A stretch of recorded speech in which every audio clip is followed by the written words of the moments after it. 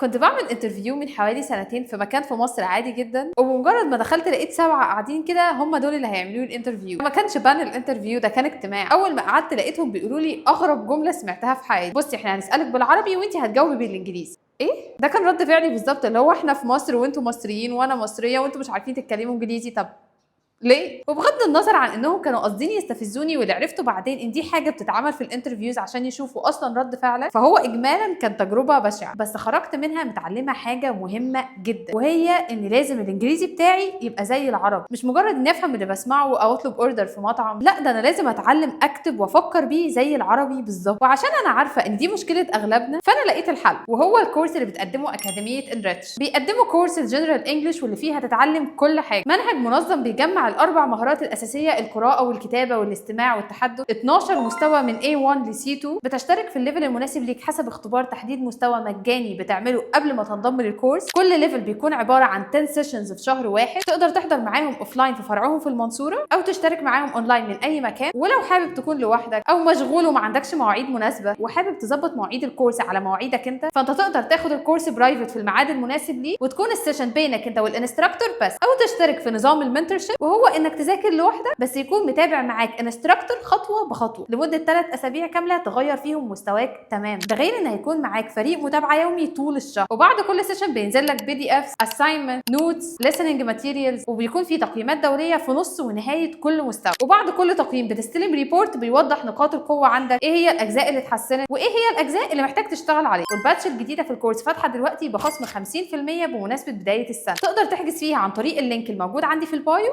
او في اول كومنت تحت الفيديو. ولو ما عرفتش توصل سيب كومنت وهم هيتواصلوا معاك ويبعتوا لك كل التفاصيل.